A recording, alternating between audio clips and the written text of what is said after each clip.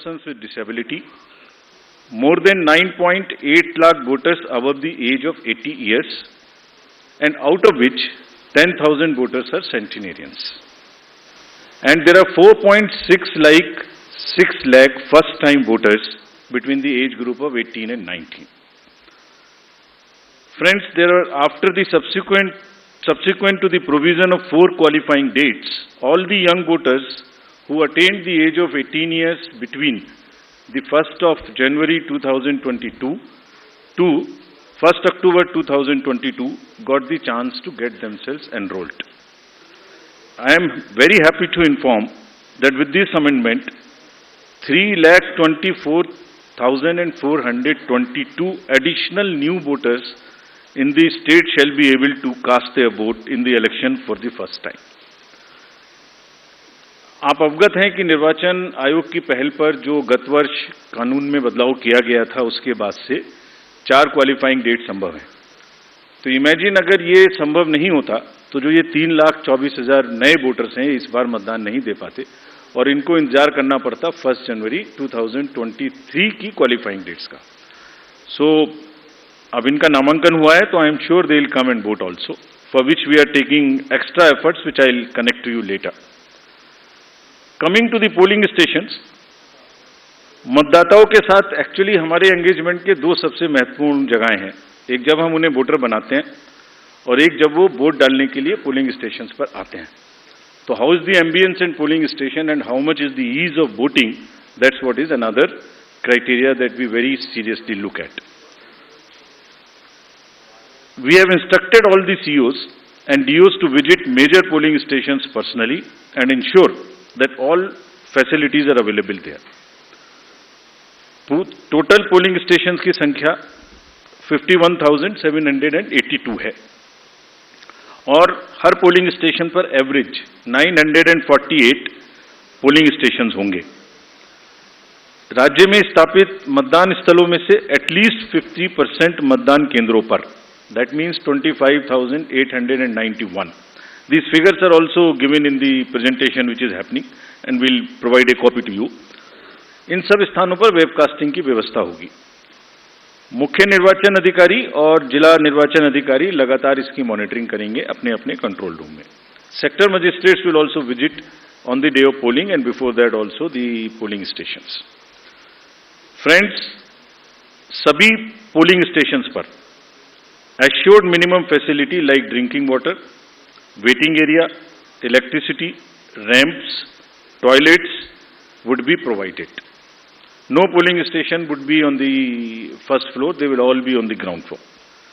And we are this time deputing one additional special observer. This is a practice we are starting now and we are experimenting with this. A special observer for accessibility and inclusion. We want to get report, we want to see that our polling stations are truly accessible for women, from old age, for PWDs, for TGs, and the entire process is also inclusive. So उसके लिए हमने एक special observer Himachal और गुजरात दोनों में अभी depute किए हैं। फ्रेंड्स, मतदाता के जो वोटिंग एक्सपीरियंस है उसको बढ़ाने के लिए हमने राज्य में 142 मॉडल मतदान केंद्र बनाए जाएंगे। स्लाइड्स में आपको उनकी कुछ झलकी भी दिखाई जा रही है। सिर्फ महिलाएं, राज्य में कम से कम 1274 पोलिंग स्टेशंस बनाए जाएंगे जहां पर सिर्फ महिलाएं ही तैनात रहेंगी, along with the police personnel also. What you see on the right side, in the 1274 polling stations, only women, polling personals, police personnels will greet the voters. इसी प्रकार से राज्य में दिव्यांगजनों को मतदान हेतु प्रेरित करने के प्रयास में कम से कम 182 polling stations, which you are seeing on the right side again on the slide, would be manned purely by the persons with disability. एक, as I have said earlier also, एक सशक्त समाज के लिए यह आवश्यक है कि उसके हर वर्ग को बिना किसी बाधा के निर्वाचन में प्रतिभाग करने का अवसर मिले। इसलिए जब दिव्यांगजन निर्वाचन प्रक्रिया से सीधे तौर पर जुड़ेंगे तो उससे हमारे प्रयास को और बल मिलेगा। And this is what, with this objective of inspiring the PWD themselves and also the conveying this message to the society at large, they will be manning the polling stations. Another first time new thing which we are attempting is, जब young voters को voters बना रहे हैं तो हमने हर district में एक booth ऐसा भी बनाया है वहां जहां सबसे कम उम्र के जो एम्प्लॉइज हैं वो ही पोलिंग स्टेशन पे रहेंगे. सो जो भी रिसेंटली रिक्रूटेड हैं हर डिस्ट्रिक्ट में हम इस प्रकार से 33 पोलिंग स्टेशन ऐसे बना रहे हैं जहां absolutely young polling presiding officers, polling parties would be there to greet you. So something like what is being shown here.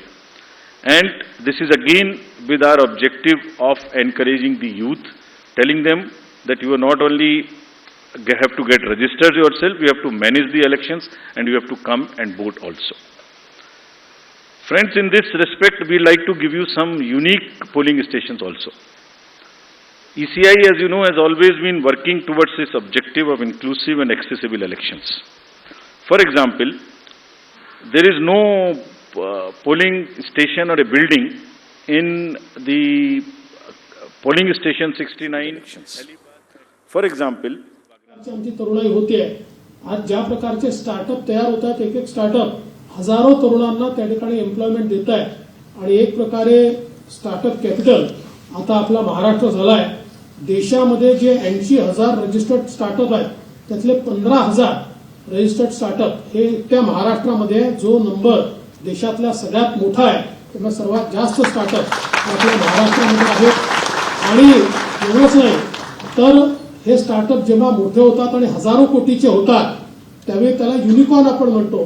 देशामध्ये अशा प्रकारे जे 100 युनिकॉर्न आहेत त्यातले 25% युनिकॉर्न म्हणजे 25 युनिकॉर्न हे महाराष्ट्रामध्ये आहे आणि एक एक युनिकॉर्न हा 20-25 हजार लोकांना अनेक ठिकाणी रोजगार त्या ठिकाणी देतोय. त्याच्यामुळे मला असं वाटतं की या इकोसिस्टीमला देखील राज्याच्या वतीनं आपण अतिशय चांगल्या प्रकारे मदत करतो आहोत. आपल्या राज्याची स्टार्टअप पॉलिसी, आपल्या राज्याची इनोव्हेशन पॉलिसी, आपली इनोव्हेशन सोसायटी हा सगळा बॅकअप आपण तयार केला आहे आणि तरुणाईला त्यांनी एखादा स्टार्टअप सुरू केल्यानंतर त्याचं मेंटरिंग करणं आणि त्याला कमर्शियल स्टेजला नेऊन त्याकरता त्याला वित्त उपलब्ध करून देणं हा देखील एक अत्यंत महत्वाचं काम हे आपल्या राज्याच्या वतीनं चाललंय.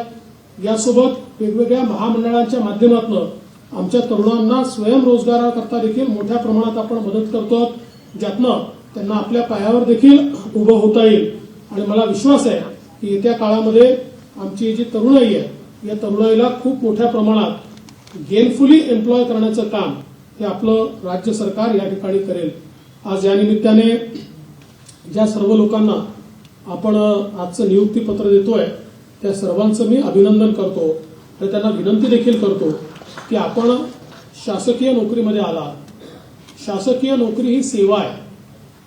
आपल्या लोकशाहीमध्ये आम्ही लोकप्रतिनिधी असो किंवा आपल्या इथली ब्युरोक्रेसी असो, आपल्या सगळ्यांवर आपल्या संविधानाने ही जबाबदारी टाकली आहे की तुम्ही ट्रस्टी म्हणून या राज्याचा कारभार चालवताय, तुम्ही सेवेकरी म्हणून राज्यातल्या जनतेला सेवा देताय.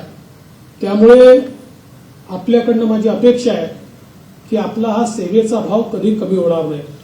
आपल्याकडे येणारा जो सामान्यातला सामान्य माणूस आहे त्याला देखील तेवढंच महत्व मिळेल जेवढं एखाद्या मोठ्या माणसाला, श्रीमंताला आपल्याकडे मिळेल.